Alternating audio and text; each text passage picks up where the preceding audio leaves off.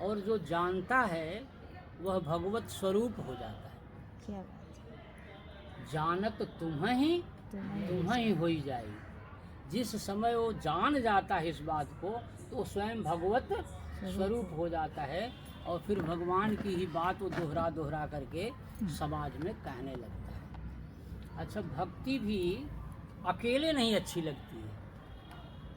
अगर आप मतलब कहीं हैं तो थोड़ी देर मंत्र जाप कर लेंगे, थोड़ी देर उपनिषद आज पढ़ लेंगे, थोड़ी देर रामचरितमानस पढ़ लेंगे, लेकिन अगर आपको आनंद आ रहा है तो आप अपना आनंद सब में बांटना चाहें। ऐसा है स्वभाव मनुष्य का कि नहीं, वो अपने आप ही गाने लगेगा, फिर बजाने लगेगा, फिर वो लोगों को सुनाने लगेगा, क्योंकि उसमें उल्लास है, आनंद है, तो सबके साथ बांटने लगे। कोई सुने या ना सुने वो गाता हुआ चला जाएगा। हम अक्सर सवेरे उठते हैं तो एक कोई कर्मचारी हैं, जाते हैं रोज सवेरे, तो सवेरे साइकिल बैठे हुए राधे राधे राधे, कोई सुनता नहीं उनको, लेकिन वो बोलते हुए चले जाते हैं। यहीं सेक्टर 9 से निकलते हो कहीं और हमारे वाली रोड से प्रतिदिन राधे राधे राधे राधे। जब वो लौटेंगे तब भी, और उनको लोग क्या कहेंगे, कुछ लोग उनको कहेंगे बेवकूफ़ है कुछ, लेकिन उनकी अपनी मस्ती है, उनको कोई गम नहीं है। बताइए तो कैसे उनका साहस कैसा होगा, उनका कैसा स्वरूप होगा। इस तरह से मनुष्य को आनंद बांटना चाहिए। अब ये भूमिका तुलसीदास जी के मन में आई होगी।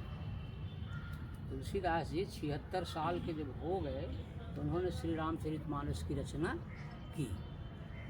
तो रचना कौन ज़रूरत थी, क्यों भाई सब बताओ, आखिर उनके चित्त में बात क्या थी, क्या ज़रूरत थी। अपना जो जानते थे उसी में आनंद में रहते, शरीर छूट जाता, मोक्ष प्राप्त कर लेते, उनको ज़रूरत क्या पड़ी थी। संवत 1631 वो अपना शुरू कर दिया, और शुरू कर दिया तो उनको कष्ट भी सहना पड़ा। लोगों ने कहा कि ये जो है इतने बड़ी बड़ी धर्म ग्रंथों की बातों को जो संस्कृत में है, वेदों में है, शास्त्रों में, उसको हिंदी भाषा में वो भी अवधि में ले आकर के लिख रहे हैं, ये तो शास्त्र की मर्यादा को भंग कर दे रहे हैं। उसके लिए पंडितों ने उनको मारा पीटा, सुना है कि नहीं, मारते पीटते थे। दिन में अगर मिल जाए तो इनको पीट देते थे। तो तब उन्होंने कहा कि हम जो है मांग के खाइबो, मसीती को सोइबो, लेनों के एक न देने को दो। मैं मांग के खाऊंगा और मस्जिद में जाके सो लूँगा। मांग के खाइबो, मसीती को सोइबो, लेनों के एक न देने को दो। तो ये जो मस्जिद मैं बताऊं, जिस मस्जिद में हम तुलसीदास जी सोते थे, वो यही अयोध्या की मस्जिद थी जो दिन में यही तो लिखा उन्होंने। यहाँ आए, काशी छोड़ दिया उन्होंने। उस समय मस्जिद थी ना, उस समय मस्जिद थी, बनवा तो दिया था मीर जकी मीर ने ही 500 साल पहले, और उसी समय तुलसीदास जी तो 1676 में इसको शुरू किया था। तो उस समय तो सब था ही। बाबर ने बनवाई थी ना, ध्यान करिए इतिहास को। बाबर के समय वो बनी थी, तो बाबर के बाद हुमायूं आया, हुमायूं के बाद तब अकबर आए, अकबर के बाद फिर शाहजहां आए, फिर जहांगीर आए, फिर औरंगजेब आया। इस तरह से ध्यान हो गया ना क्रम का।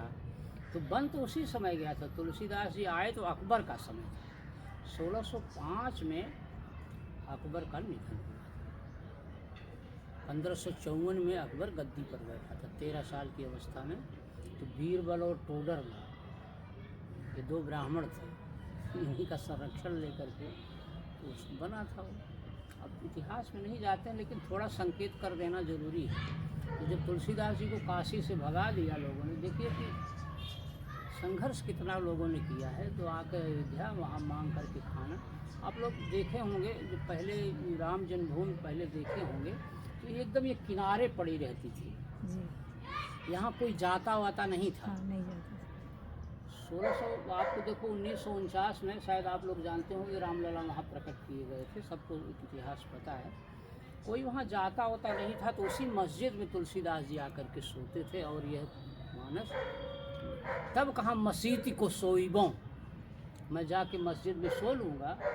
तो इतना बड़ा संघर्ष उन्होंने किया और मानस में वो सारी बातें लिख दी, जितनी बात हो सकती है। नाना पुराण निगमा गम सम्मतम यद रामायणे निगदितम, नाना पुराण निगम आगम। 18 पुराण होते हैं, वैसे पुराण और भी हैं। आगम मार्ग वेद का आगम मार्ग है, जिसको अवधूत मार्ग कहते हैं। जो अवधूत नहीं आते हैं, अवधूत का मतलब कि सब कुछ खाना, सब कुछ पीना और सब कार्य करना, उनको कोई बिराव नहीं होता, अवधूत कहलाते हैं। और हम लोग निगम मार्गी, जो करना चाहिए क्या नहीं करना चाहिए, धर्म मार्गी। ऐसा नहीं कि आगम मार्गी या धर्मी होते हैं, लेकिन वो समाज से परे हट करके अपनी साधना करते हैं। जिसका शरीर उसके लिए अनुकूल हो वही आगम मार्गी साधना कर सकता है। बहुत बचपन में निकल जाते हैं लोग, और अगर सही साधना नहीं करते तो मरा जाते हैं। सैकड़ों जब साधक मरते हैं तो कहा था अवधूत पैदा होता है, नहीं तो उनका सब शरीर बेकार हो जाता है। ये होता है।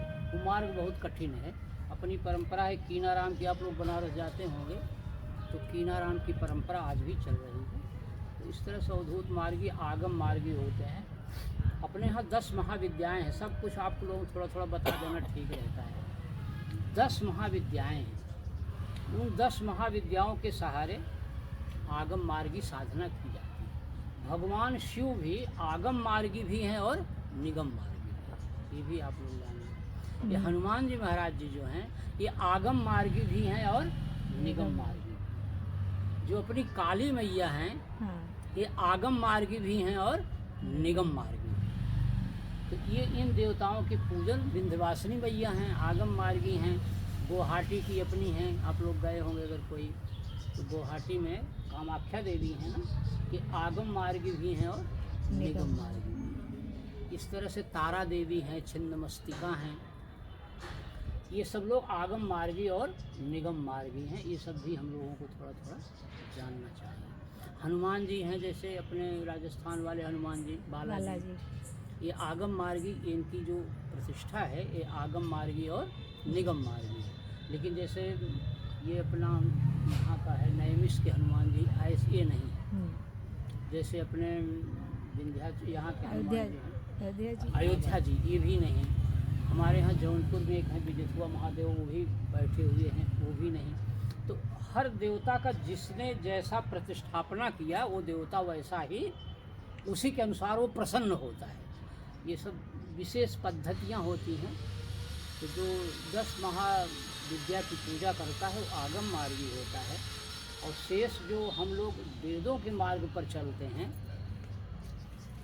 कर रही हो आप ना, की इच्छा से ही हो रहा है। तो अगर ईश्वर की इच्छा हो रहा है तो हमें इसको, जैसे ईश्वर का कार्य होता है कि ईश्वर सारा काम नियम से करते हैं, ईश्वर सारा काम समय से करते हैं।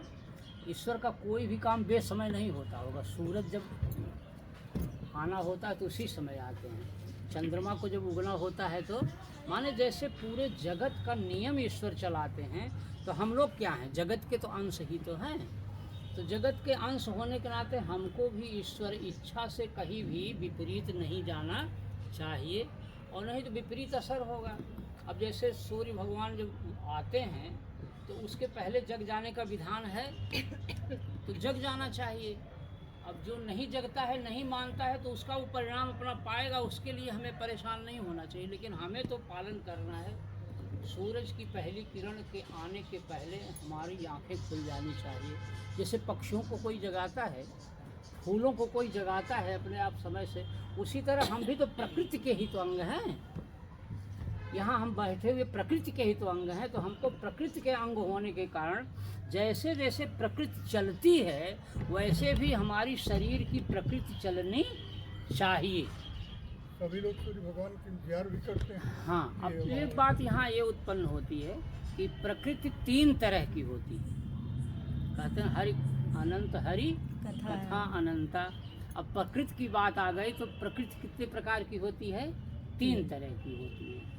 3 तरह माने एक प्रकृति सतोगुणी होती है, आरती जी सुन चुकी हैं, एक प्रकृति रजोगुणी होती है और एक प्रकृति तमोगुणी होती है। तो जो सतोगुणी प्रकृति होती है वो ईश्वर के सबसे करीब होती है। ईश्वर की दो प्रकृतियां हैं, अगर इसको उसमें कहा जाए सामान्य उसमें भाषा में, एक महामाया और एक योग माया। ईश्वर की दो पत्नियां हैं, एक महामाया एक योग माया। महामाया क्या करती हैं, मनुष्य को संसार में जोड़ती हैं, और योग माया क्या करती हैं, मनुष्य को जो सतोगुणी होता है उसको ईश्वर से जोड़ती हैं। दोनों का काम बटा हुआ है। अब जो मनुष्य सतोगुणी है वो तो योग माया का है, और जो मनुष्य तमोगुणी और रजोगुणी है वो किसका है, वो महामाया का है। तो महामाया का शिष्य बनने पर उसको जगत में ज़्यादा काम करना पड़ता है, और जो योग माया का है उसको, योग माया का शिष्य है तो उसको वो ईश्वर से जोड़ना चाहती है। ये सब है रामायण में। अब योग माया के सतोगुणी लोग हैं, तो आप लोग देखते होंगे कि सतोगुणी के लोग बहुत कम दिखाई पड़ते हैं। सबसे ज़्यादा जो दिखाई पड़ते हैं वो रजोगुणी दिखाई पड़ते हैं।